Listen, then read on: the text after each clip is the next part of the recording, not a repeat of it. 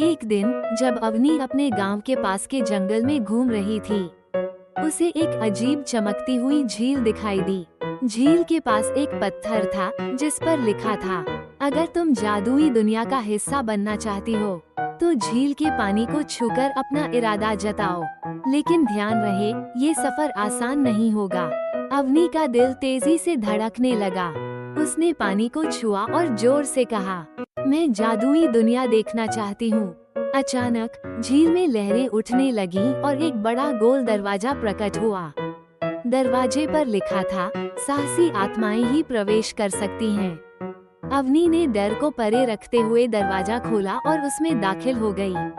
दरवाजे के दूसरी ओर की दुनिया अवनी की कल्पना से भी अधिक अद्भुत थी। आसमान हर पल रंग बदल रहा था, पेड़ गा रहे थे और फूल आपस में बातें कर रहे थे। पर सबसे अनोखी बात ये थी कि हर चीज तैर रही थी, जमीन, चट्टानें और यहाँ तक कि पहाड़ भी हवा में लटके हुए थे।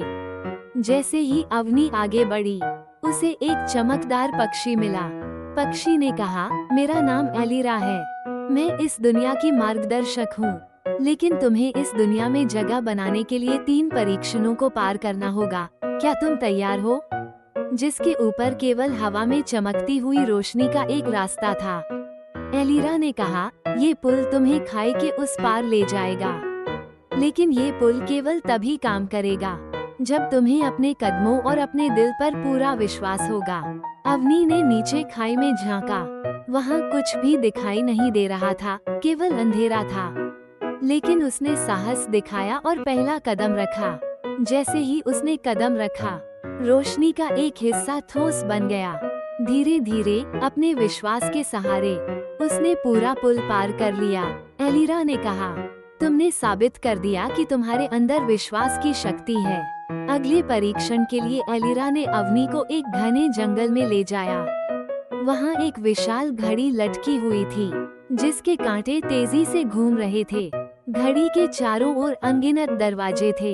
एलिरा ने कहा, तुम्हें इस घड़ी को रोकने और सही दरवाजा चुनने की जरूरत है। लेकिन याद रखना, हर दरवाजा तुम्हारे निर्णय का परिणाम होगा। अवनी ने घड़ी को गौर से देखा और अपने दिल की सुनते हुए एक दरवाजे को चुना। जैसे ही उसने दरवाजा खोला, वो एक खूबसूरत बगीचे में पहुंच गई, जहां समय स्थिर था। एलिरा मुस्कुराई और कहा, तुमने दिखा दिया कि सही निर्णय लेने के लिए धैर्य और आत्मविश्लेषण की जरूरत होती है। तीसरे परीक्षण के लिए एलिरा ने अवनी को एक गांव में भेजा। वहां के लोग परेशान थे क्योंकि उनके पानी का स्रोत सूख गया था। अवनी ने गांव वालों से बात की और पता लगाया कि पानी का स्रोत एक जादुई पत्थर से जुड़ा है, जिसे एक दुष्ट अजगर ने चुरा लिया है। अवनी अजगर की गुफा तक पहुंची और देखा कि अजगर घायल था। उसने निडर होकर अजगर से कहा, तुम्हें पानी के स्रोत को लौटाना होगा, लेकिन पहले मैं तुम्हारी मदद करूंगी। अवनी ने अजगर के घाव को अपने दुपट्टे से बांधा। अजगर उसकी दयालुता से प्रभावित हुआ और उसने जादुई पत्थर गांव वालों को लौटा दिया। एलिरा ने कहा, दयालुता सबसे बड़ी शक्ति है। तुमने इसे साबित कर दिया। सभी परीक्षण पास करने के बाद एलिरा अवनी को जादुई दुनिया के केंद्र में ले गई। वहाँ एक विशाल पेड़ था, जिसे जीवन का वृक्ष कहते थे। पेड़ ने अवनी से कहा, तुमने अपनी योग्यता साबित की है। अब तुम हमारी दुनिया की रक्षक बन सकती हो।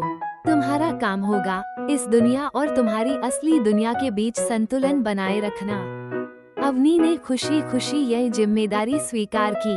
उसे एक जादुई पंख और एक क्रिस्टल दिया गया, जिनकी मदद से वो दोनों दुनियाओं के बीच आ जा सकती थी। गांव लौटना और नई शुरुआत। गांव लौटकर अवनी ने अपने दोस्तों को जादुई दुनिया के बारे में नहीं बताया, लेकिन उसने गांव में पर्यावरण और जानवरों की देखभाल के लिए काम करना शुरू कर दिया।